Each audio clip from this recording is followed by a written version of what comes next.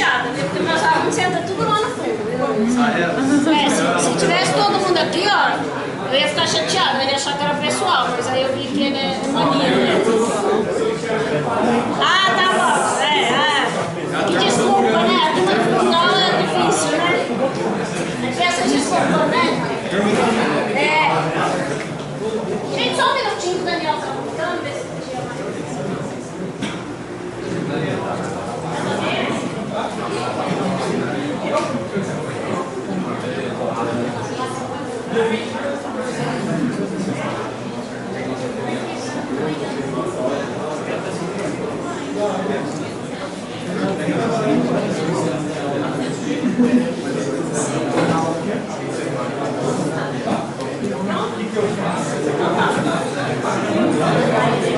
Gente, vamos começar então, tá? Luiz Gustavo Lima Silva vai falar sobre o futuro exponencial.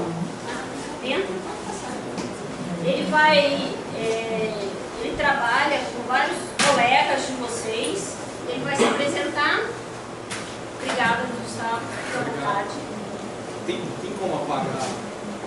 Sim. Mais? Não, tá legal. Eles dormem no celular.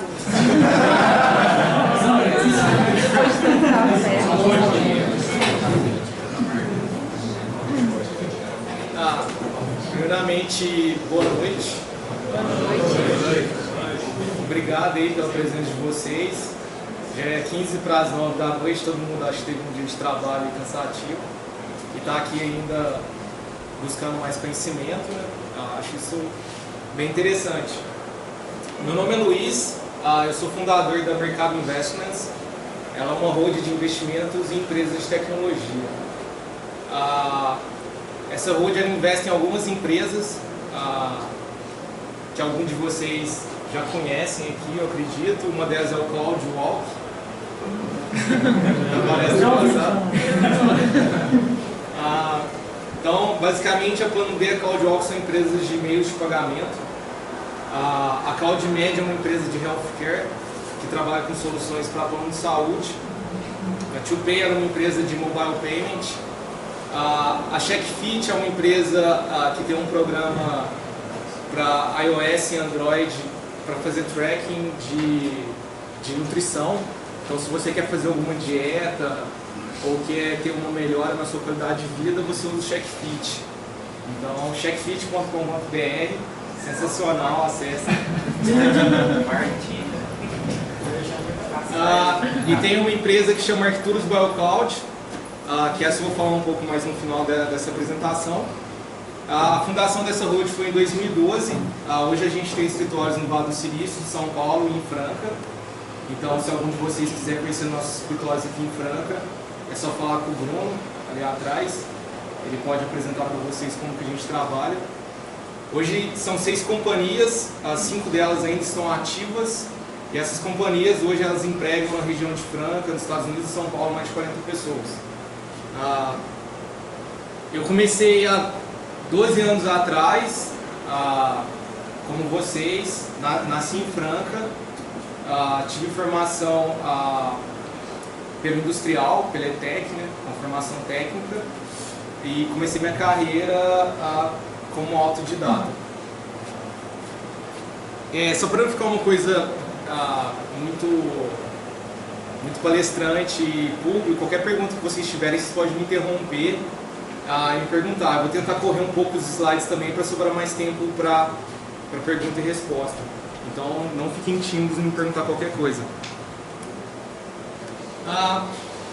Esse ano eu participei da Universidade da Singularidade, que é uma universidade que fica no Vale do Silício, fica em Mountain View, que é onde que é a sede do Google. E essa universidade ela foi fundada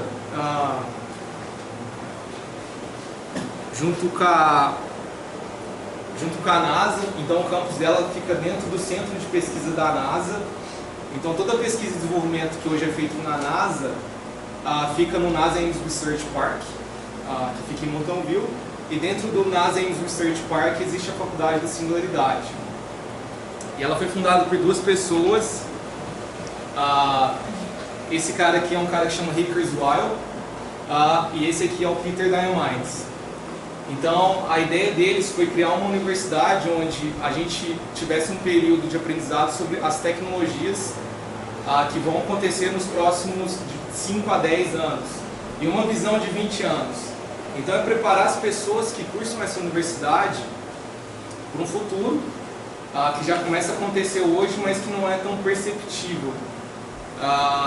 Então, durante 10 semanas, você tem aulas com os professores sobre inteligência artificial, biologia sintética, novas fronteiras da computação, empreendedorismo e mais outras coisas que eu vou comentar. Então essa é uma foto da sala de aula. Aqui é o Ray e o Peter. Só para dar um pouco de background, o Ray Kurzweil, que é esse cara aqui, ele escreveu um livro que chama Singularidade Está Próxima, que é um livro que traça um perfil dos próximos 50 anos de como os avanços tecnológicos vão impactar a civilização humana. E como que a gente pode usar esses avanços tecnológicos para resolver problemas que a gente tem no planeta que são gigantescos, como fome, pobreza, poluição e várias outras coisas.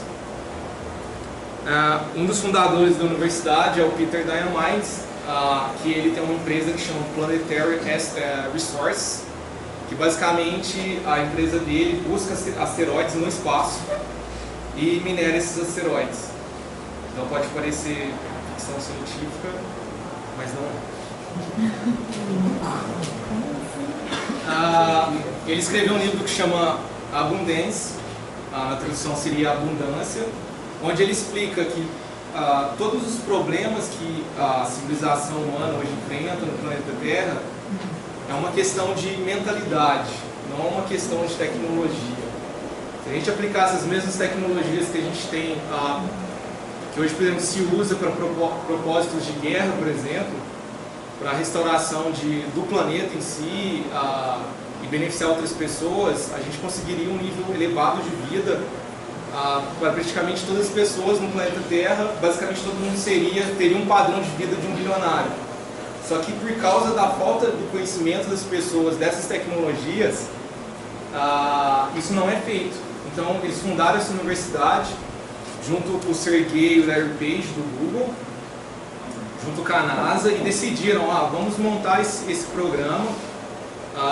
Todo ano acontece esse programa, são 80 alunos de mais de 35 países, e a gente vai mostrar todas as ferramentas que a gente tem, da tecnologia, os desafios éticos que a gente enfrenta em cada tecnologia dessa, e tentar chegar em soluções para os problemas que eu comentei antes. Então, hoje a gente tem um problema muito sério de água, né? Esse é evidente, né? Acho que não precisa nem falar muito. A gente tem um problema muito sério de energia também, hoje se usa a nossa energia, não a maioria, mais da maioria baseada em combustível fóssil, e que por consequência causa um problema no ambiente, na natureza. A gente tem um problema de comida bem sério, um problema de educação, segurança e pobreza.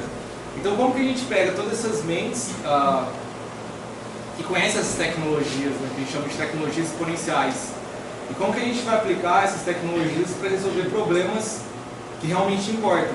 Porque hoje existe muita energia, muito conhecimento aplicado para criar um Angry Birds, por exemplo. Só que você não tem essas mesmas mentes trabalhando para resolver um problema de água ou de educação, por exemplo. Então, em tudo dessa universidade, a gente tentar juntar essas pessoas e dar um background para elas, técnico e ético, para que elas possam tentar resolver problemas, esses problemas que hoje afetam o nosso planeta. E aí, por que chama Universidade da Singularidade? O Ray Kurzweil, no livro dele, ele explica o que é singularidade. Que basicamente, pegando em termos matemáticos, a singularidade é um ponto singular, onde eu não consigo mais prever o comportamento do meu crescimento. Então, traduzindo isso para palavras de um jeito mais simples, seria como o que acontece quando a nossa computação evolui a um tal ponto que no ano de 2020, aproximadamente, não dá para ver aqui por causa do projetor, mas no ano de 2020 aproximadamente, eu consigo simular um cérebro humano, e no ano de 2040, entre 2040 e 2050, todo o poder computacional que eu tenho, eu consigo simular todos os cérebros humanos. E a implicação desse avanço na computação é muito importante, e a maioria da sociedade hoje não discute esses problemas. Então, quem que gostou da palestra do Alan? Que o Alan deu agora há pouco. Quem que achou confuso? Achou complicado? Eu estou aqui no fundo, eu vou até a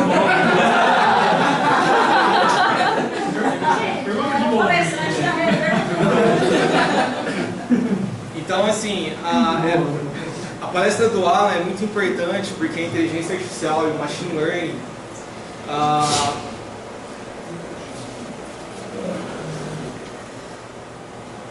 a inteligência artificial e o machine learning é uma matéria, é um assunto que todos, pelo menos, deveriam tentar entender o básico, porque é o que vai ditar toda a profissão de TI nos próximos 5 anos. Isso no Brasil já começa a ser realidade, isso no Vale do Silício já é uma realidade que já vem de alguns anos já. Aqui no Brasil as coisas demoram um pouco mais para acontecer. Só que machine learning e inteligência artificial é o que vai definir o futuro não só da profissão de TI, que é o que vocês estão, acredito que a maioria de vocês estão cursando, mas também o futuro da humanidade em si. E por causa disso, se a gente perceber nesse gráfico, que é o gráfico mais importante, um dos mais importantes desse conceito de singularidade, é um gráfico que a gente estuda o tempo inteiro na faculdade da singularidade, a gente vê que o processamento que a gente adquire pagando $1000, ele vai crescendo exponencialmente. E o nosso cérebro ele tem uma dificuldade muito grande para lidar com conceitos exponenciais. Como que é isso? O ser humano ele enxerga conceitos de maneira linear. Então, se você olha 10 anos para trás, você pensa automaticamente que daqui 10 anos, o que você vai ver de evolução tecnológica vai ser o que você viu nos últimos 10 anos. E o que acontece é geralmente multiplicado muitas vezes pelo que a gente imagina. Então, nos próximos 10 anos, as evoluções que a gente vai ver, a revolução que a gente vai conseguir ver em termos de tecnologia, vai ser no mínimo 100 vezes mais impactante que a revolução que aconteceu nos últimos 10 anos. Então, hoje todo mundo tem no bolso, tem um data center e um cluster de supercomputadores no bolso, que seria um smartphone. Isso é 1000 vezes maior que o poder de processamento que a gente tinha em 1970. Imagine que você vai carregar no seu bolso no ano de 2020. Isso, as empresas elas enxergam isso, elas trabalham para isso, e isso impacta a sociedade em todos os setores possíveis. E é interessante entender as implicações disso, porque possibilita a gente pensar, acreditar na possibilidade de fazer coisas que hoje não é possível. Então hoje a gente tem uma tradução simultânea no Skype, onde eu consigo falar em uma língua e ter uma tradução simultânea do outro lado. Então se imagina que os tradutores simultâneos já começam a perder o emprego. Esse é um exemplo simples, né? E eu vou dar mais exemplos. Então, a gente visita o Centro de Computação Avançado na NASA.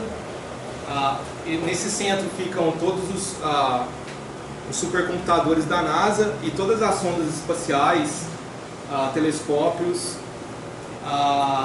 e dados que a NASA coleta é processado dentro dessa instalação. Então, uma instalação militar tem que ter uma credencial especial para estar dentro desse lugar. Infelizmente, alguns países não são permitidos pelos Estados Unidos a estar dentro desse centro de supercomputação por motivos estratégicos. Então existe uma batalha tecnológica que não é enxergada. E aí a gente começa a ter eu comecei a ter uma noção do que vem pela frente. Então aqui a gente tem, não dá para ler direito, mas isso aqui é o primeiro computador quântico. Chama D-Wave, é uma empresa canadense. A NASA, no seu centro de supercomputação, tem um equipamento desse, que é uma máquina que é do tamanho dessa sala, e hoje não consegue fazer muitas coisas, mas é o primeiro computador quântico oficial, reconhecido com certa polêmica, mas reconhecido pela maioria dos pesquisadores. Então quando vocês ouvem falar, mas qual que é o futuro da computação? Qual área eu devo seguir? Uma das coisas que eu aconselharia é tentar olhar um pouco o que é computação quântica. Pode parecer uma coisa muito complexa, ficção científica.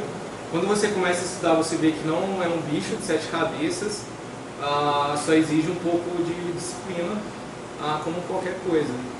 Então a NASA tem esse computador quântico dentro do Centro de Pesquisa Avançado da NASA, e eles já começam a criar algoritmos que processam toda a informação que a NASA vem buscando do espaço ou mesmo de características do planeta Terra. Então, para dar um exemplo de comparação, a gente sabe que nos próximos 10 anos os computadores quânticos vão substituir todos os supercomputadores que a gente tem hoje no planeta, com uma eficiência no mínimo 1000 vezes maior. Então, quando você pensa que isso vai acontecer, isso não é uma previsão, a indústria caminha para isso, você começa a pensar em o que como espécie, o que como raça humana vai ser possível utilizar essa tecnologia. Que problemas a gente vai resolver com essa tecnologia? E aí, indo um pouco mais longe, a gente teve essa capa da Times do ano passado, que fala que 2045 o ano que o ser humano se torna imortal. Só para tentar dar um contexto, dentro da Faculdade da Singularidade e mesmo no Vale do Silício, todas essas tecnologias e todas essas discussões, elas já não são mais encaradas como ficção científica. O Google, a NASA, várias outras empresas enxergam essas tecnologias como realidade e já trabalham para tornar essas tecnologias acessíveis a um público cada vez maior. Então, 2045, o ano que o homem se torna imortal.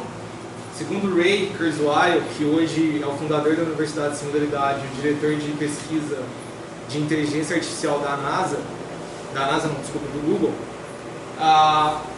seria um ano que a gente conseguiria mapear todo o cérebro humano, todas as sinapses, todas as conexões neuronais que a gente tem dentro do nosso cérebro, criar um modelo digital disso e basicamente fazer um upload do seu cérebro para um cloud. Então, isso tem implicações de nível religioso, de nível filosófico, de nível ético, de nível de estrutura de sociedade. E às vezes as pessoas acham que esse cenário, não, isso é uma grande ficção científica. E você vê, eu vi e vejo todos os dias investimentos de empresas privadas e até de governos buscando ter um mapeamento total e completo do cérebro e conseguir emular isso a um ponto de fidelidade, onde que esse algoritmo, junto com esses supercomputadores quânticos, ou mesmo computadores convencionais, conseguiriam simular um ser humano. A IBM tem uma iniciativa muito legal, que eu gosto de comentar sempre, que chama o Watson. Quem já ouviu falar do IBM Watson? Então, existe um game show muito famoso nos Estados Unidos, chama Jeopardy, E o IBM Watson foi a primeira inteligência artificial criada pela IBM que conseguiu superar humanos nesse game de Jeopardy. E foi um marco na história da inteligência artificial porque provou que a máquina consegue superar o homem no aspecto de analisar e processar informações. Então, uma discussão que eu sempre gosto de começar é que a gente é muito bom em criatividade, mas em termos de analisar e processar informações, a gente perde muito facilmente para um smartphone, por exemplo, hoje. Então, que nem um amigo fez uma pergunta sobre cartões de crédito na palestra do Alan, perguntou se era uma inteligência artificial, porque não era possível humanos processar essa quantidade de informação. É a mesma coisa. Justamente, não é possível que o humano processe uma quantidade de informações que hoje a gente vem capturando. E a tendência é que as máquinas elas continuem evoluindo cada vez mais rápido. Então aqui a gente tem um cabo, né, conectado na sua coluna, na base do seu cérebro. Parece uma capa de ficção científica, só que quando você está dentro da Universidade da Singularidade, você começa a ver que isso já não é tão ficção científica. Aqui eu tenho um rato que está conectado com aquele dispositivo, e esse é um cientista do MIT, que a pesquisa dele hoje é a pesquisa mais avançada em termos de, como a gente chama de interfaces cérebro-computador.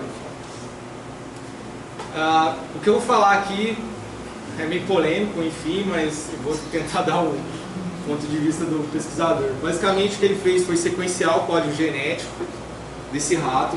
Ele identifica a parte desse código genético do rato onde é formado o cérebro.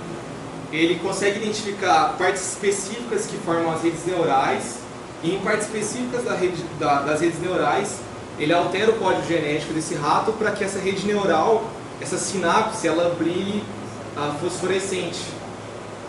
Então quando eu coloco esse equipamento dentro do cérebro do rato, esse equipamento consegue detectar com precisão aquela ativação do cérebro do rato. Então aqui a gente junta várias matérias. A gente junta inteligência artificial para fazer análise em tempo real de todos esses padrões. A gente junta engenharia genética para conseguir alterar geneticamente esse rato. A gente junta a engenharia óptica, que esse dispositivo consegue detectar com precisão, para o resultado final ser um rato, que está com o dispositivo aqui conectado no crânio, onde remotamente eu consigo controlar todos os movimentos do rato ou despertar qualquer sentimento de medo, fome no rato remotamente através de uma interface computacional. Como se fosse um rato de uma programação. Exatamente.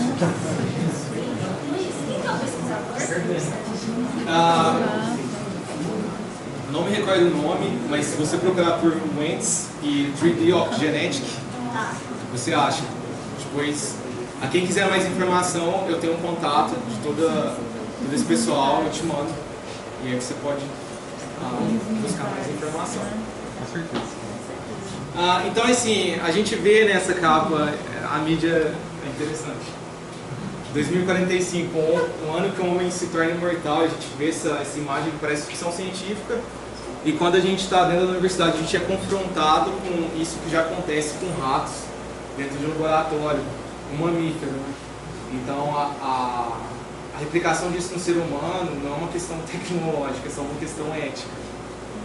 Então, não se pode fazer isso com ser humano, tá? Mas... Você sabe. Não tem autorização para fazer com ser humano. Não, aí não passa. O PT já faz.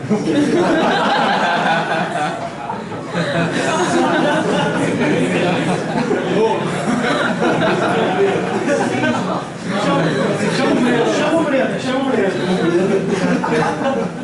Eu não sei se PT ainda tem essa tecnologia. É mais fácil.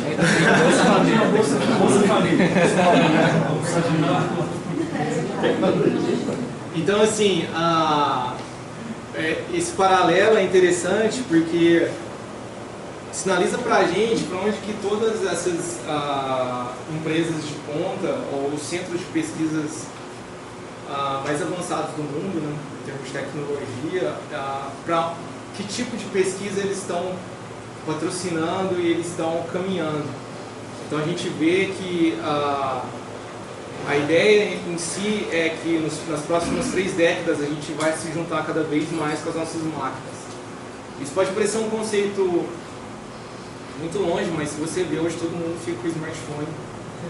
Seria como reverter o efeito, né? Em vez de o computador mandar na gente remotamente, através do cérebro, a gente mandar no computador remotamente através do cérebro. A gente tem 2 caminhos. Né? Por exemplo, que é o computador ali, que a gente pensa no computador que vai ligar, no computador ali. Se a gente precisar. Então a ideia é que cada vez mais a gente esteja mais integrado com as nossas máquinas. E pode parecer que as máquinas vão ficar para frente, para sempre fora da gente, mas não. Nos próximos 10 anos a gente vai ter máquinas dentro de nós, interfaces cada vez mais avançadas. E aí, esse cara ele chama Peter Norvig, ele é o diretor de pesquisa do Google. E ele é muito importante, os trabalhos que ele vem desenvolvendo são muito importantes no campo de inteligência artificial dentro do Google. Então, se todo mundo prestou atenção na palestra do Alan, ele comentou sobre o modelo, como o Google faz a tradução.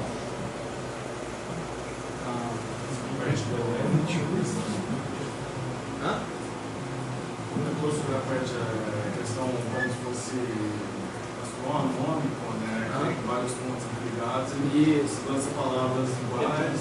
Vetores. Isso. Então, o Google falou assim, queremos traduzir qualquer língua do mundo para qualquer outra e prover isso para os nossos usuários. E conversando com ele, a primeira approach, o primeiro jeito que eles tentaram foi, não, vamos colocar regras gramaticais, estudar todas as línguas e desenvolver tudo na mão, programar isso na mão. E eles não chegaram num resultado muito positivo. Eles tinham lá inglês para alemão, conseguiram chegar numa fidelidade legal, mas quando você fala de centenas e centenas de línguas, qualquer uma para qualquer uma, a brincadeira começa a ficar muito grande.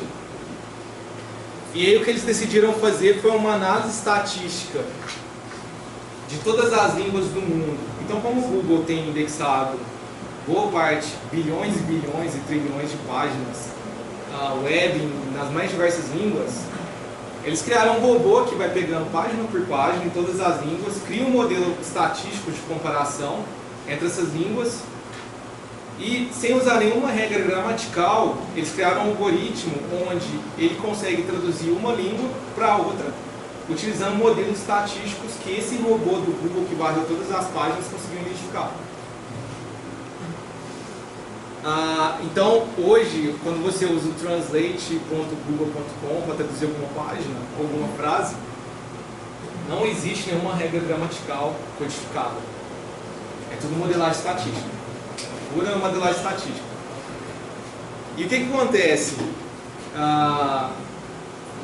Conversando um pouco mais com o Peter, eu perguntei para ele, mas qual que é a próxima fronteira do Google? O que o Google vai buscar em termos de análise estatística agora? E o que ele falou para mim foi o seguinte: a gente tem dentro do nosso corpo, ou qualquer organismo vivo, tem uma linguagem que a gente compreende muito pouco, a gente começa a compreender só agora, que é o DNA. Então, o mesmo conceito de modelagem estatística que o Google hoje usa na parte de tradução, o Google começou a utilizar para entender os genes que a gente tem dentro do nosso código genético e qual que é a função deles. Então, o Google tem uma empresa que chama Calico,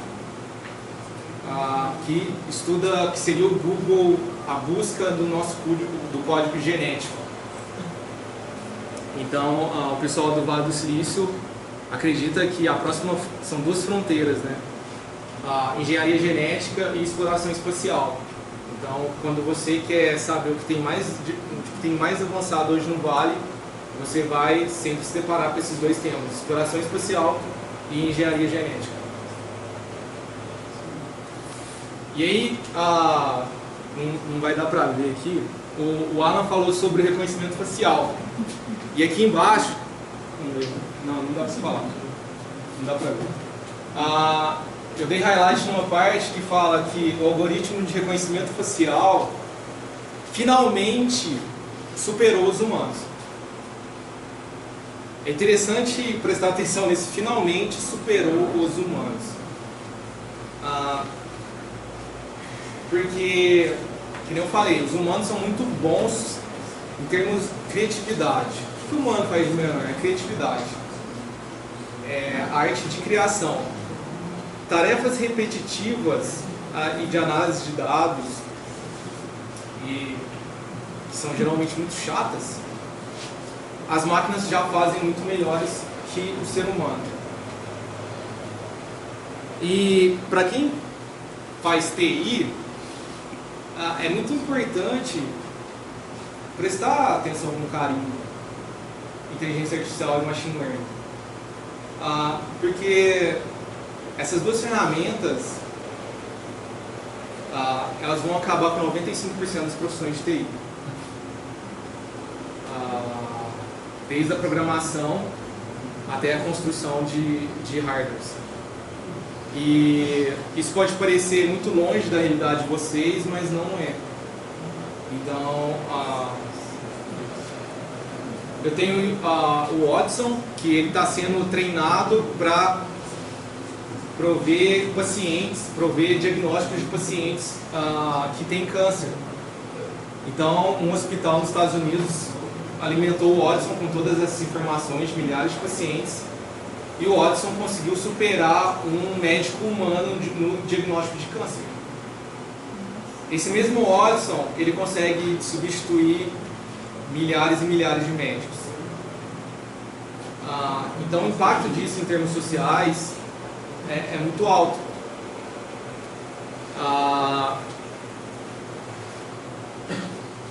O trabalho que o Alan mencionou, que esse trabalho, de novo, para quem está na área de TI, desenvolvimento de software, análise estatística, isso é o estado da arte.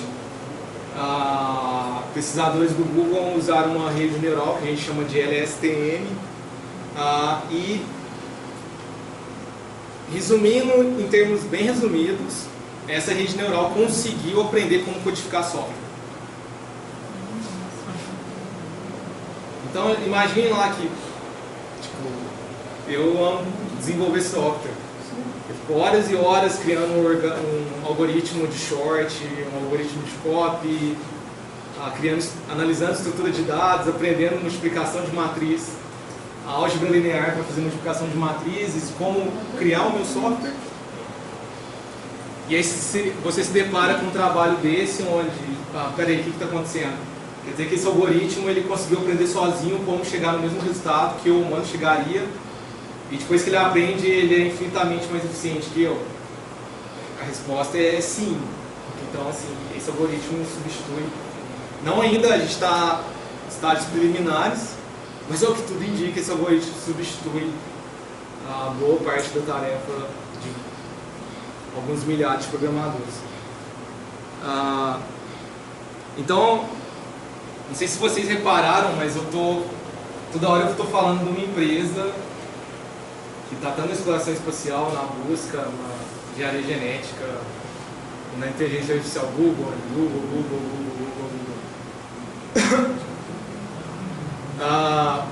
Então, sempre se lembrem disso. Se vocês ainda querem estar na área de tecnologia nos próximos 5 anos, é essencial entender um pouco sobre inteligência artificial. Não é tão difícil quanto parece. Tá? Os cursos que o Alan indicou na palestra dele são muito bons, do Coursera. Então, um background muito interessante para todo mundo. Parece um bicho de 7 cabeças, mas não é. E aí, tem esse livro, que é de um aluno da Singularidade também, da faculdade, um italiano. E a tradução é: os robôs vão roubar seu emprego, mas isso é normal, isso é ok. Como sobreviver no colapso econômico e ainda ser feliz.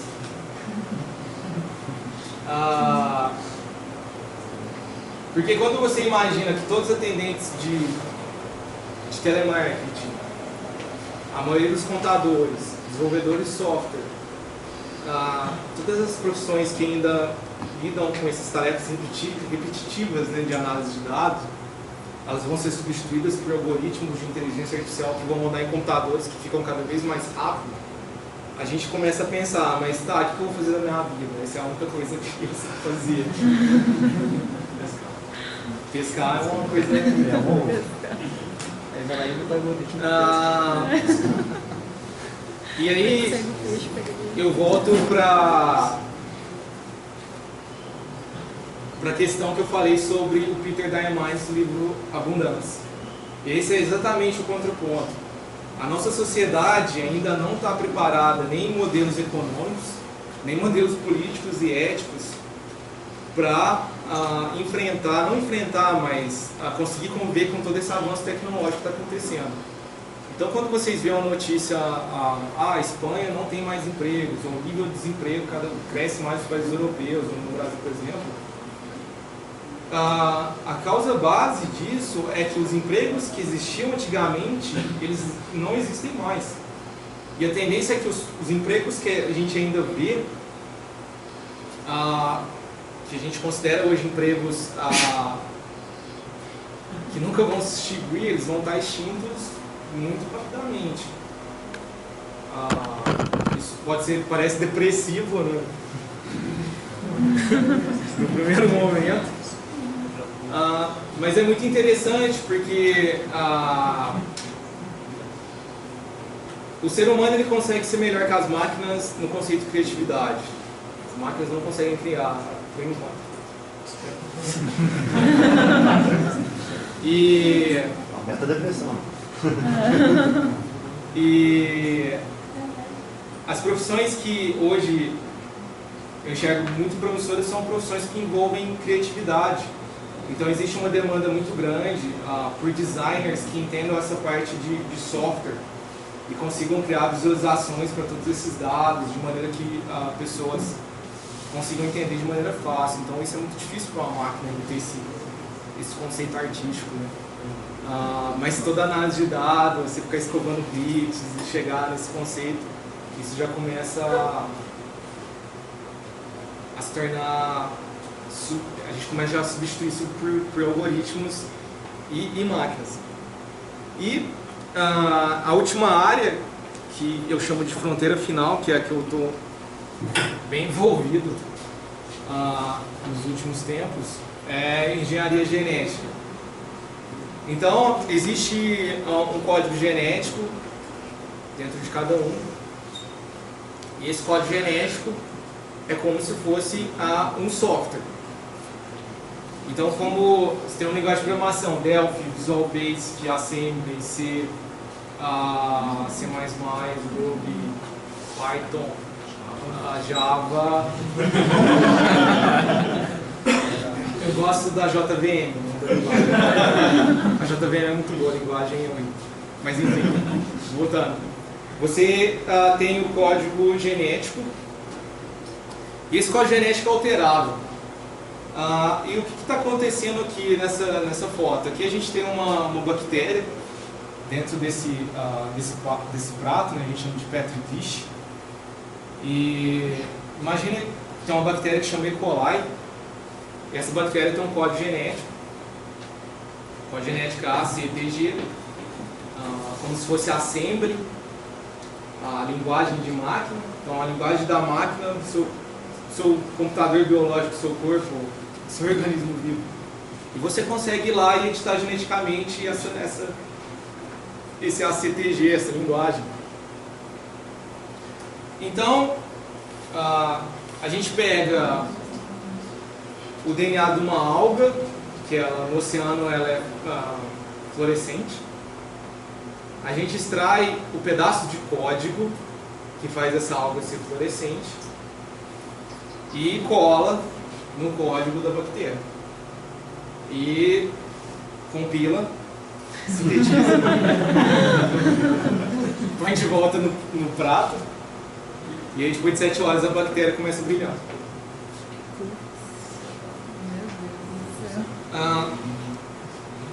Que legal, tem uma bactéria que brilha. Sensacional. Você vai me dar um... Só que o que acontece? O mesmo princípio de edição de engenharia genética, onde eu faço uma bactéria brilhar, eu altero o código genético de uma bactéria para produzir uma penicilina, por exemplo. Então hoje todos os grandes laboratórios que produzem penicilina e cobram a penicilina de você com preço exorbitante, e tem toda uma estrutura para sustentar esse mercado. Imagina que em poucos meses eu vou ter a penicilina open source. Igual a penicilina vai ter vários outros medicamentos, produção de combustível. Então, o Google hoje, a maior parte do investimento do Google é em engenharia genética. Pode parecer o Google engenharia genética, como assim? Mas a maior parte do investimento do Google hoje é em engenharia genética. Porque eles acreditam que o nosso organismo, a natureza, ela tem um código de programação. E se existe um código de programação lá dentro, eu consigo alterar ele. E se eu consigo alterar e sintetizar ele, logo eu programo vida. E existem discussões éticas muito grandes, existem riscos existenciais muito grandes. Mas se alguém modifica o organismo, ou cria um vírus, recria o ebola, como no vírus zumbi, né? espalha todo mundo. Então, antigamente a gente tinha um vírus do software, né? Eu peguei o vírus no meu Windows.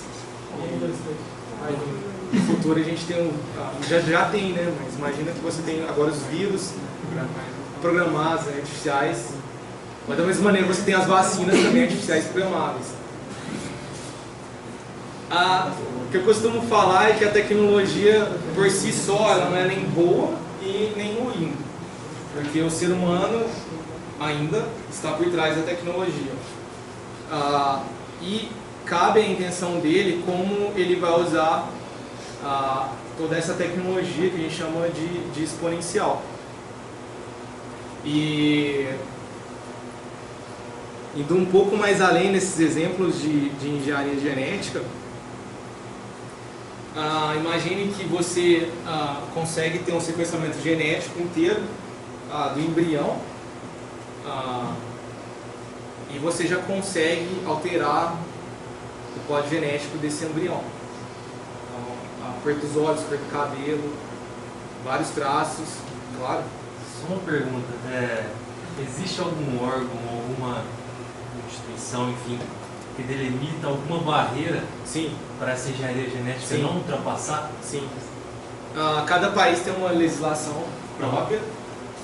No Brasil a gente tem a Anvisa e a Comissão de Biossegurança. Eles que delimitam todo o trabalho que pode ser feito ou não sobre engenharia genética. Até onde chegar?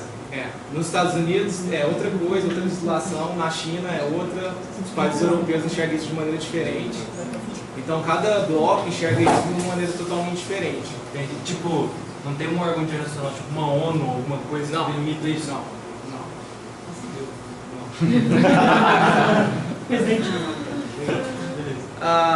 E como você enxerga isso? Você que está mais próximo do que a gente. É um assunto que merece, eu acho que esse assunto merece discussão para o grande público, esse assunto não é discutido. Então tudo que não é discutido fica na mão restrita de algum grupo e esse grupo faz o que bem entender. Quando você começa essa discussão, a sociedade participa dessa discussão e a sociedade chega nos limites do que vai ser feito ou não. O meu posicionamento é que essa tecnologia ela pode resolver muitos problemas que a gente tem. Eu acredito que o ser humano, por si só, é um ser humano que vem aprendendo com as ferramentas tecnológicas. A gente criou bombas atômicas, a gente aprendeu que bomba atômica não é legal usar energia atômica para produzir eletricidade.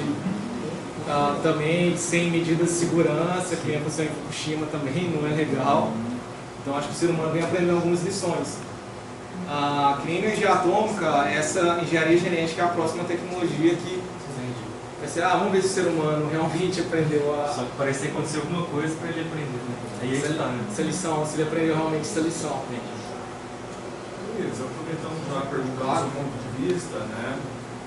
Sobre falando em cima já viu um conceito assim, de que os dispositivos, né, não vão ser mais que nem o smartphone que a gente põe no bolso, vão ser, tipo, a gente vai vestir, né, esses dispositivos e tudo mais. Wearables. Isso, exato.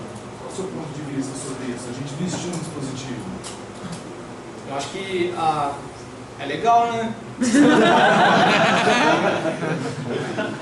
A gente tem lá nos Estados Unidos a gente tem o Google Glass. Você tem um óculos que tem uma tela aqui no canto, só você vê, e o tempo inteiro você consegue, você tem uma câmera que é muito pequena, não dá pra ver, mas o tempo inteiro você consegue filmar as pessoas. Então vamos supor que eu estou com o meu Google Glass aqui, e eu consigo identificar o profile de todo mundo aqui, sei profile de LinkedIn, Facebook, o que todo mundo gosta, deixa de gostar, reações em tempo real, eu estou vendo e ninguém está vendo. Então, o Google Glass foi proibido em vários lugares. Em São Francisco, tem lugares que você não pode entrar com o Google Glass, porque a pessoa não sabe se você está filmando ou conseguindo identificar ela de alguma maneira. Aqui no Brasil, em relação a vestibulares, né, que não pode estar utilizando o Google Glass. Eu acharia legal. Mas assim, toda essa tecnologia que a gente tem, ela tem que ser utilizada, né? Porque assim, todos os conceitos que a gente tem sobre educação, saúde, política, governo, quando a gente começa a olhar essas tecnologias mais avançadas e o benefício delas, a gente vê que a sociedade ela não consegue acompanhar o ritmo da tecnologia. Então, por que eu vou fazer o cara decorar lá 100 questões no vestibular, sendo que com um dispositivo ele consegue responder tudo? Hoje ele está com um dispositivo externo, mas amanhã eu não vou saber se ele está com nanorobôs atuando no cérebro dele, que consegue mostrar essa visualização na retina. Não, isso é ficção científica. Não é. Tipo, não te dá nenhum medo assim, de usar isso, você usaria assim? Eu usaria. Claro.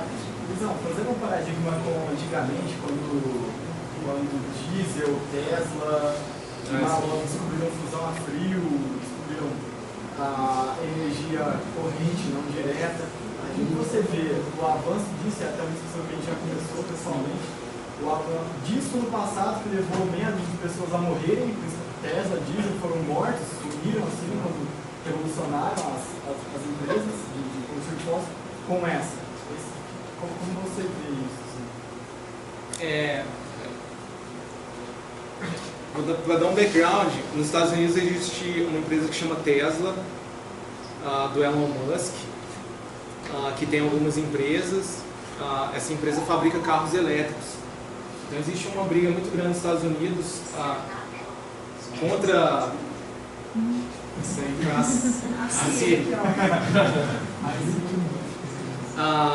contra os carros elétricos, porque as montadoras que hoje vendem um carro para você que funciona a gasolina, álcool, por exemplo, não quer que o carro é elétrico, porque você não tem você não tem o combustível. E o Tesla, do Elon Musk, tem essa empresa que vende esses carros elétricos.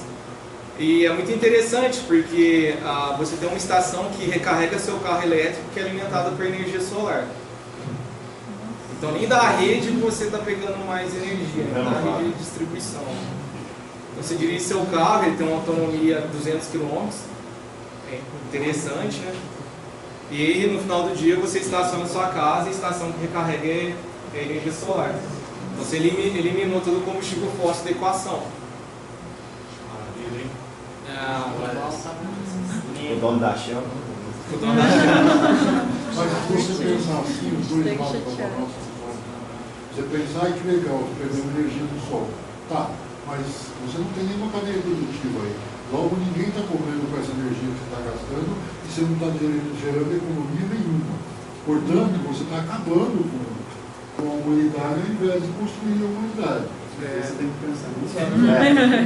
Então, e a produção desses equipamentos solares, a tecnologia que eles utilizam, vão ter que produzir isso, né? Esse ponto de vista é muito Como interessante. ponto de vista que você colocou, se eu transferir meu cérebro de 2045, você falou que Isso. se a curva é exponencial, imagina 2090. É difícil, né? Então, mas imagina 2090. Aí a geração de 2045 já evoluiu. Como o Instituto está colocando, imagina o que seria 2090. Então, em 2090, com certeza eu conseguiria transferir meu cérebro. Mas em transferir meu cérebro, eu acabo com a raça humana. Essa questão é uma questão muito interessante. Ou a tendência é essa mesmo que você vê. Nós acabarmos com a raça humana, que tem que comer, etc, e irmos para uma raça legal assim. Elétrico, eletrônico. Ou como é que é? Quântico, como você disse. Irmos para uma raça quântica. É uma pergunta muito interessante. Todo mundo deveria prestar atenção nessa pergunta. Porque tem total sentido esse questionamento. A gente, nesse instituto, na universidade, a gente discute esse conflito ético todos os dias. E eu posso te falar que a gente ficou discutindo 3, 4 horas todos os dias e virava uma confusão, uma briga, uma guerra na classe e a gente nunca chegava num consenso. Chegava-se no consenso que, sim, devemos impor um limite para a tecnologia, sim, devemos pegar essa tecnologia e aplicar... Existe muito raça, né?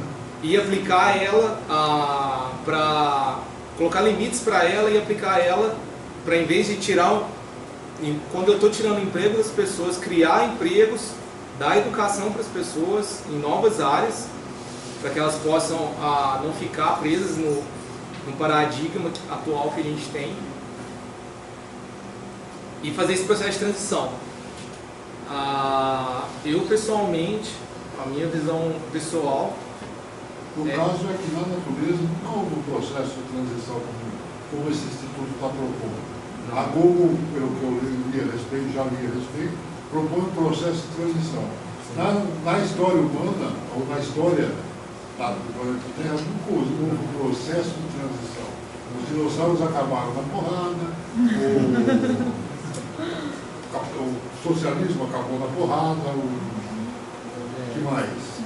Tudo que eu conheço acabou na porrada. Mas foi um processo de transição. Sim, na porrada. Ninguém pode dizer que não seja um processo. É um processo de transição. Mas o processo de transição que é colocado ali é um processo de transição, vamos dizer assim, gradual. E a transição não me parece gradual quando eu leio a respeito. A gente está pensando nisso com os problemas que a gente tem hoje também. Porque hoje o que é o problema? A gente tem que trabalhar, tem que ganhar dinheiro, tem que comer. Mas e se daqui a 50 anos isso não for problema? Já tem Olha, que por exemplo, outros que são churrasco. Mesmo no século XVIII, você falando de eletricidade. Quando chegou e falou assim, vai tirar esse emprego todo porque esse dinheiro dela. E em relação a tinha centenas de pessoas que ficavam passando na rua sabendo dela. Então você mudou o foco. Você mudou o foco, você foi expor as pessoas, você tem uma forma de graduar e colocar elas para o lado. Para trabalhar no programa, nova tecnologia. Isso é uma revolução industrial, né? Até mais próximo da gente do que a máquina, né? Sim, mas Tem uma adaptação. Como você começou Sim, a mas falar. se você for olhar, as condições são completamente diferentes. Naquela época você tinha uma reserva de insumos muito grande, que agora você consumiu. Segundo a Newsweek, você precisa de 4 ou 6 terras, né, planetas Terra, para sustentar você fosse consumir igual um americano, por exemplo. Se todo mundo consumisse igual um americano, a ideia é que você precisava de 6 planetas Terra. Por isso que o cara está querendo minerar lá fora, não é tudo. Você pode produzir biologicamente no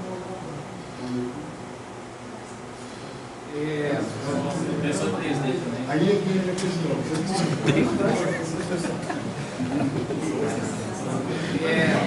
Esse ponto de vista é totalmente relevante. Então, assim, o papel do Instituto é justamente fazer acontecer essa discussão. Então, toda essa visão que eu aprendi, eu trago aqui, tipo, não tem respostas prontas. Então, é isso que tem que... esse é o tipo de discussão que é legal. Então, o que vocês acham, por exemplo? Qual que é a visão do coletivo sobre esse ponto de vista? Eu gosto muito da opinião do próprio Kurzweil em relação a isso. Ele acredita que de fato vai ter essa singularidade, a gente vai ter a nova raça humana, mas ele acha que seria possível a convivência pacífica das duas, aquelas pessoas que não iam querer ir para essa nova etapa, e que esses novos seres veriam eles como os seus pais, um respeito e provendo deles da melhor forma possível. Então, essa visão do próprio livro, assim, Black Hill, a meu ver, é totalmente possível, né? Desde que a nossa mentalidade, no sentido moral, né, acompanha toda essa mudança.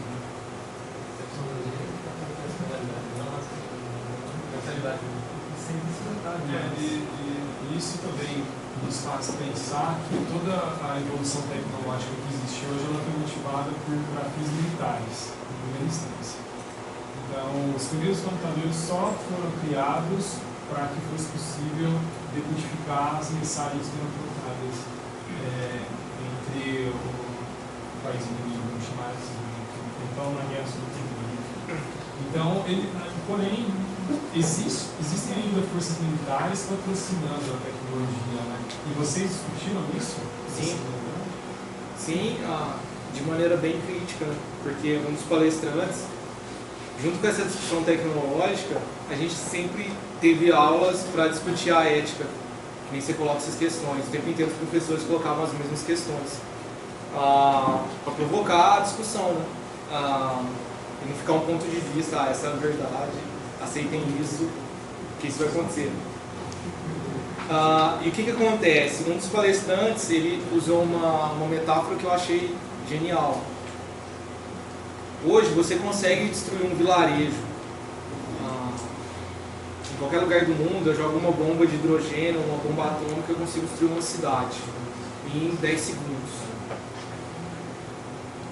E os militares patrocinaram, os cientistas ajudaram na criação desse dispositivo de guerra. Agora eles estão tendo uma ideia diferente. Você já ouviu falar de uma teoria do bombardeamento cinético? A teoria é que em 1960 foi feita uma lei que proíbe qualquer país de levar qualquer bomba atômica, coisa considerada atômica, para o espaço, por causa que para evitar uma destruição global. E os Estados Unidos estão fazendo, eles viram brechas, eles estão começando a fazer testes para fazer um dispositivo de bombardeamento cinético. A ideia é lançar um negócio no formato de um míssil feito de tungstênio, e ele atinge quando ele cai na Terra, ele atinge a velocidade de 7.700 milhas por hora, e ele consegue destruir umas 3 cidades por disparo. Então, você pega essa tecnologia, e esse palestrante falou assim, a gente desenvolveu essa tecnologia porque a gente não desenvolve a tecnologia onde em 10 segundos eu consigo despoluir um rio inteiro, ou reconstruir todo um ecossistema que está devastado. Qual que é a diferença? O interesse só. Não existe? É sobre aquela questão que você falou sobre usar a tecnologia. O que eu vejo assim é que tem que, início de tudo, deveria mudar a mentalidade. Foi o que você falou de início. Mudar a mentalidade, porque senão tudo será criado justamente para armamento, para guerra. Então, se você muda a mentalidade das pessoas de início, depois você começa a trabalhar em cima da tecnologia, aí a gente vai despoluir rio, vai começar a produzir mais alimentos para as pessoas. Então, eu vejo, quando eu vi o ratinho com aquele dispositivo na cabeça, eu já pensei, pronto, militares sendo controlados como se fosse aqueles joguinhos de estratégia, eles sendo controlados porque eles não teriam medo e eles continuariam lutando mesmo ignorando a dor. Então eu vejo assim, somente uso para armamento. Na área da saúde, do meio ambiente, deveria ser mais A gente explorado. nunca vê igual, ela pensa primeiro nos militares, não pensa, por exemplo, abelhas polinizando flores e distribuindo florestas nos nossos rios desmatados, né? Ninguém pensa assim. Esse é o exemplo, né? Então, é justamente o papel do Instituto é trazer pessoas do mundo inteiro. Então, era interessante que a gente estava no centro do Vale do Silício e tinha 4 americanos só. Então, era 76 pessoas de 35 países diferentes e 4 americanos. Justamente para trazer visões diversas, bem diversificadas, para não ficar essa coisa americanizada. Infelizmente é verdade, o maior patrocinador dessas tecnologias hoje são militares, ao lugar do Instituto de Pesquisa Americano. Existe algum estudo ou gráfico que aponta, por exemplo, o grau de evolução do ser humano, o uso do cérebro, que só fala de evolução tecnológica, de uso do computador, quanto que ele vai ficar superior ao ser humano, sei lá, alguma coisa assim? Existe polêmica, porque assim, voltando no gancho da engenharia genética, cada país tem uma legislação diferente sobre engenharia genética. Hoje, em todos os países do mundo, com exceção de um país, a pesquisa genética envolvendo inteligência, ela é proibida. Ela tem razões éticas. Então, imagina que eu sequencio sua código genético através de pares e genes, eu consigo saber se você vai ser mais inteligente ou menos inteligente. E é uma polêmica, uma discussão incrível. Qual país é esse? O país que isso é permitido e existem fazendas de sequenciamento genético e milhares de cientistas trabalhando, buscando achar os genes que são responsáveis pela inteligência, é a China. Então na China existe esse estudo. Tudo que eu vi hoje aí é, por exemplo, o ser humano ali, num gráfico igual um rato. E a tecnologia, cada ano que passa, o ser humano ali está a China tem um projeto de nação de 50 anos, onde a prioridade dela é a engenharia genética. Então eles estudam a inteligência com correlação genética, para tentar achar genes responsáveis por inteligência. Se eles já acharam ou não, se eles já estão sintetizando e alterando, ninguém sabe. Igual o código de receita.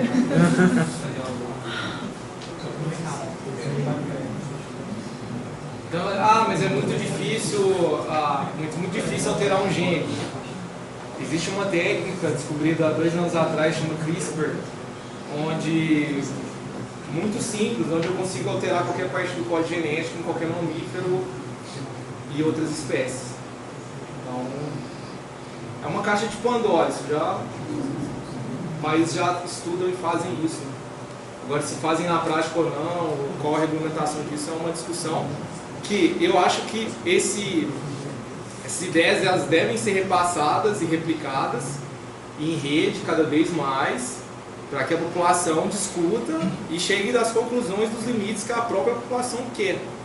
Porque se não se discute isso, isso fica restrito a um grupo, uma elite tecnológica, que vai ditar o que vai ser feito ou não. É muito difícil disseminar isso, né? A gente tem noção, a gente convive mais com isso, né? Agora, o pessoal que às vezes não tem contato, não tem conhecimento tecnológico, não passa pela cabeça, ou enfim, né? Isso, imagino que deve ser uma das barreiras que vocês tentam passar isso na instituição, alguma coisa. Sim. Ou você fala que isso é somente aqui no nosso país, que você está lá fora, lá isso é mais difundido ou não? Não, mais alienado mesmo, pessoal. Bem mais alienado. A falta de divisão tecnológica é tão grave que todo brasileiro acredita que o voto na urna eletrônica é sempre seguro. Então, mas você não precisa de falar mais nada, entendeu? Então, assim, todo mundo acredita nisso de verdade, né? Sem ver o código que está por trás daquilo, sem ver o comprovante, sem ver nada, então acabou, né? Respondido. Eleições 2014. todo voto, 50% para Dilma, 10% É assim, o que eu falo é que vocês estão muito bem posicionados nessa nova fase que o planeta está entrando. Que vocês, de alguma maneira ou outra, estão inseridos na tecnologia, vocês gostam de tecnologia. Então a responsabilidade de definir os limites, ou nem Capitão Planeta, né? O futuro do planeta. Luiz, eu acho bacana isso que você está falando, principalmente a parte que você falou do remédio que você pode ter de open. Mas eu acredito que enquanto houver capitalismo, alguma minoria querendo se dar bem em cima da maioria, vai ser complicado essa realidade. Sim. Acredito. É sim. Eu concordo com o seu ponto de vista. A própria tecnologia já... algumas pessoas trazem soluções, né? A gente tem cryptocurrencies, que a gente chama bitcoins. Quem já ouviu falar de bitcoins aqui, por exemplo? Então, é uma moeda que ela não está amarrada a nenhum banco central, a nenhum país em específico, e vários governos e bancos tentam controlar isso de alguma maneira. Eu acho que um dos caminhos, não para o fim do capitalismo, mas para modificar um pouco a distribuição de riqueza e poder, é a utilização desses recursos para criar projetos. Então, eu tenho amigos, por exemplo, que levantaram uma quantidade de bitcoins para realizar projetos de criação de comunidades centralizadas, de educação, de outro tipo de coisa, que não usam a moeda que a gente chama de fiat, né, o dinheiro convencional. Então você começa a tirar, não a tirar porque isso é muito estabelecido, mas você já começa a ter alternativas a pensar num mundo onde essa distribuição de riqueza, essa distribuição de poder, ela seja diferente. Né? Hoje é isso mesmo. Eu enxergo como uma maior barreira. É a ganância, porque assim, você chegou na open source penicilina. Aí vai vir um laboratório e vai querer comprar o seu projeto, sua empresa. Agora, se o seu projeto, sua empresa é distribuído em rede, não tem como comprar, porque é um projeto de uma comunidade inteira. Isso já está espalhado. Então, você tem impressão 3D. Quem já ouviu falar de impressão 3D aqui? Então, se eu faço essa pergunta há 5 anos atrás, quase ninguém ouviria falar. Então, você consegue imprimir várias coisas. Inclusive órgão, né? Quem acha que imprimir arma é uma coisa boa? O chinês fez isso, foi preso, né? Imprimir uma arma numa impressora 3D. Quem é a favor da impressão da arma? Quem acha que deve se proibir esse design de ser liberado em rede para as outras pessoas? É bem diferente. Tanta coisa que você tem que proibir. Consegue?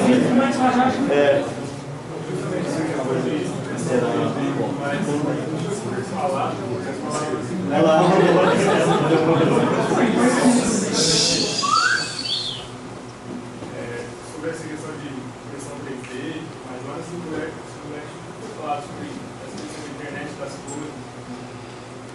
Da internet das coisas e impressão 3D? Isso. Da internet das coisas. Questão de medicamento. Da internet das coisas, vários dispositivos já se conectam à internet. Hoje, então, essa câmera está conectada à internet, amanhã esse projetor, tudo vai ser conectado na internet. Essa é uma tendência da indústria, então a gente chama isso de internet das coisas. Então, seu refrigerador, sua televisão, tudo é conectado à internet. Existe a gente chama casa inteligente, eles chamam de casa inteligente, na sua casa tem uma lâmpada que é conectada na internet, que muda a cor para você dormir, etc. e tal. E sobre a impressão 3D, a gente teve uma aula aqui de ética que falava o que vocês acham da impressão 3D de armas. Quem é a favor de censurar os designs das armas? Parte levanta. Quem é a favor de ser tudo liberado?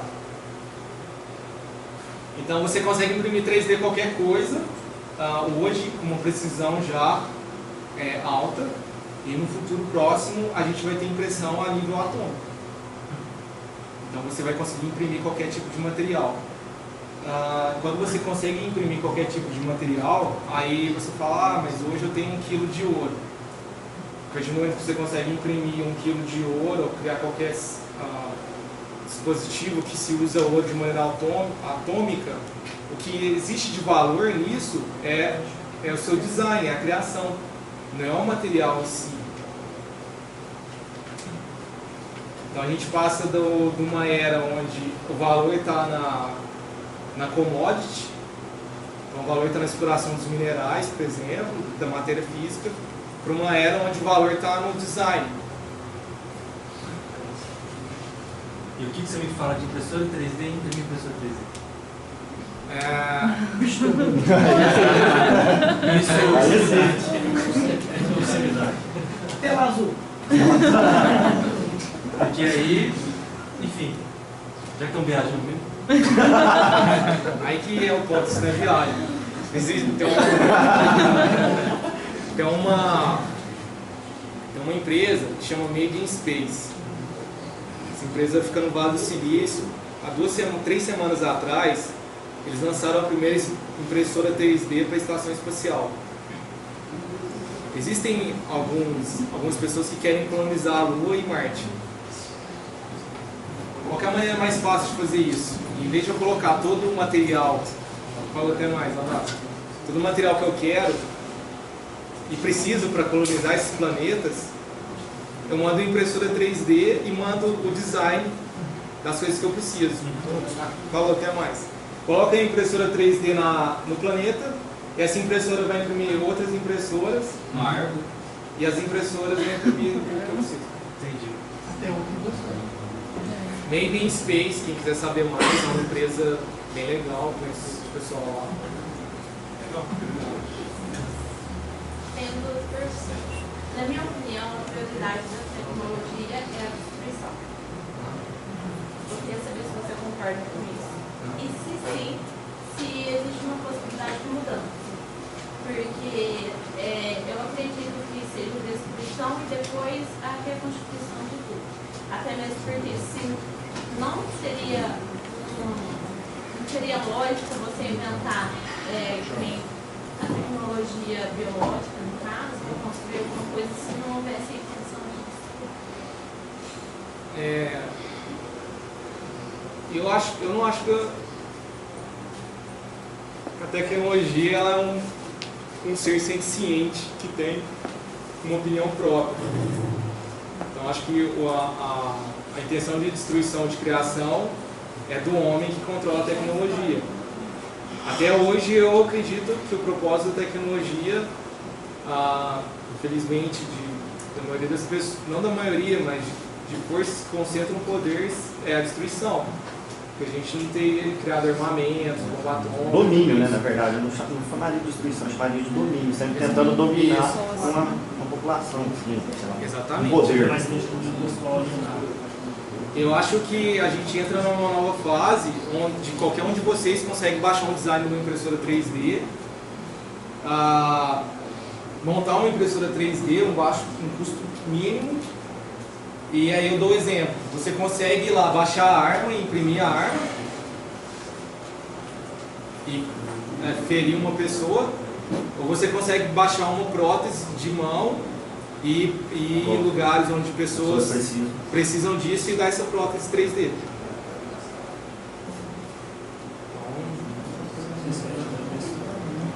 Aí vai dar a ética de cada um.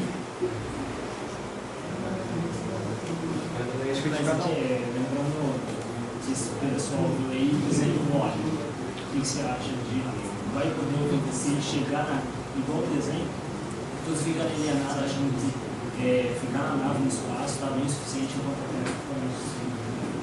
eu acho que chegar a esse ponto de realmente não está nem aí com a isso. Já chegou, né? Quando chegou. A gente não pensa, para fazer esse MacBook, eu acho que esse MacBook não surgiu do nada. Então, o que precisou para construir esse método, por exemplo? Teve uma mina que foi explorado o silício, outra foi explorado um outro tipo de metal, que foi fabricado numa indústria chinesa que provavelmente usa o trabalho escravo. A gente não pensa sobre isso. Mas assim, a gente já não pensa, hoje a gente já não tem consciência da origem das coisas que a gente consome. Então, assim,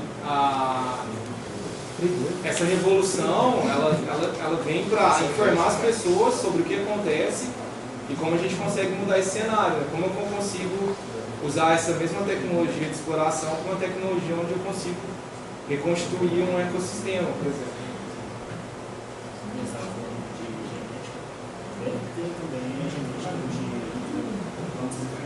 Sim, porque não acelerar a genética da genética, por exemplo, uma árvore crescer do que outras coisas. Sim, porque assim poderíamos estar evoluindo o ecossistema para continuar o nosso processo de consumismo. Sim. E aí entra a questão do capitalismo, que é um comentário da exploração. Assim, eu acho que o grande ponto que eu acho interessante é que essas tecnologias elas estão cada vez mais acessíveis a todo mundo. Todo mundo pode chegar e tudo isso que eu falei aqui, esse é o meu contato. Quem quiser mandar e-mail ou saber mais, eu respondo todo mundo, converso com todo mundo. Tá? Às vezes eu demoro um pouco, mas eu sempre respondo todo mundo. Não precisa ficar tímido e fazer qualquer tipo de pergunta. Depois, quem quiser, eu posso mandar esse material com mais referência também. E é uma discussão realmente, eu acho, aberta. Então, assim, eu acho que todo mundo tem que procurar se informar mais sobre essas tecnologias exponenciais e tentar trabalhar em causas que merecem, que não visam só o lucro, né? Então, a gente tem problemas gigantescos para resolver. Você vai ser muito bem pago para resolver esses problemas, por sinal, mas que não se dão tanta atenção como uma questão de mentalidade mesmo. Então a gente tem um problema hoje de poluição, de dióxido de carbono, de gás carbônico gigantesco. Existem pesquisadores buscando mecanismos de pegar esse dióxido de carbono e através de engenharia genética transformar esse dióxido de carbono de atmosfera em estruturas para construir casas ou filtrar água, por exemplo. E qualquer pessoa dessa sala é mais do que apta a começar a pensar em negócios ou soluções que resolvam problemas que a gente tem, em vez de construir o próximo Angry Birds, por exemplo. Então, assim, você pode criar, vou construir o próximo Facebook e ser um ultra-bilionário. Ou eu vou construir a próxima tecnologia que vai filtrar a água poluída do Rio Tietê, por exemplo. O esforço que você vai colocar nos dois objetivos, eu posso te garantir que é o mesmo. E a recompensa que você vai ter, tanto individual em termos de comunidade, é muito maior despoluindo um rio do que criando uma rede social que só você e seus acionistas vão ficar milionários, por exemplo. Então, para finalizar, eu já ultrapassei meu tempo. Esses são os meus contatos. Esse tipo de discussão é muito interessante. Quem quiser continuar essa discussão na rede, no Facebook, em grupos, aconselho a fazer isso, até na FATEC mesmo. Só depende de vocês, como vocês estão envolvidos em tecnologia, vocês têm uma responsabilidade muito grande, vocês não podem terceirizar a responsabilidade. Mas, eu não sei disso, porque não, vocês sabem mais do que a média das pessoas que não estão preparadas em lidar com mecanismos da tecnologia. Então vocês têm uma responsabilidade muito grande em definir para onde vai essa tecnologia ou não. Hoje a cidade de Franca é uma cidade industrial, então muita gente, eu posso fazer o próximo software para controlar, ajudar a indústria de calçado, por exemplo, que não é um problema, porque a indústria da cidade gira em torno disso. Mas por que não começar a levantar problemas e deficiências que a cidade de Franca tem e usar a tecnologia aplicada para resolver esses problemas, mesmo em comunidades ou bairros locais, ao nível da cidade inteira. Vocês têm conhecimento para fazer esse tipo de software ou criar esse tipo de solução. Então, é isso. Obrigado pelo tempo de vocês, obrigado pela discussão e pelos pontos de vista. Acredito que todos vocês estão no caminho certo aí, estão na tecnologia, só que entendam que vocês têm um poder muito grande em mãos, e tenham disciplina suficiente e tentem aprender mais sobre a ética desse poder que vocês têm em mãos para aplicar isso em áreas que hoje a cidade ou o Brasil efetivamente precisa. É isso, obrigado, gente.